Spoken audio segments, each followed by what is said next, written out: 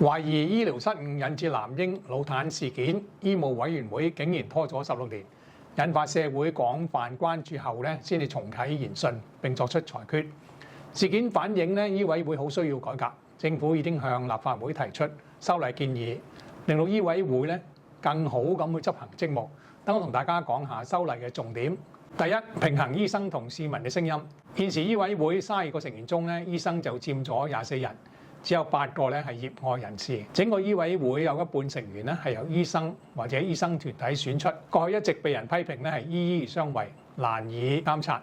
政府修例就提出將業外委員數目由8個加到11個，同時係擴闊醫生委員嘅來源。可能有人覺得業外成員仍然佔少數，但修例後所有委員都需要由特首委任，有最後嘅把關，選出可以平衡醫生同市民利益嘅委員。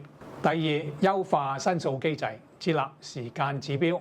政府將委員會轄下2個處理嘅小組重新命名為醫務調查組同醫務審裁團，並由政府委任嘅獨立審裁員做主導，減低外界對醫委會嘅疑慮。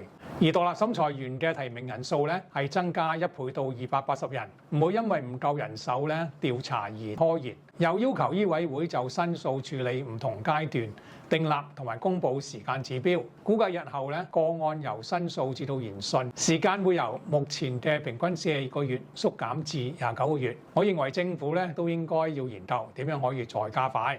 第三，取消緩刑，增加投訴方不滿裁決可以上訴。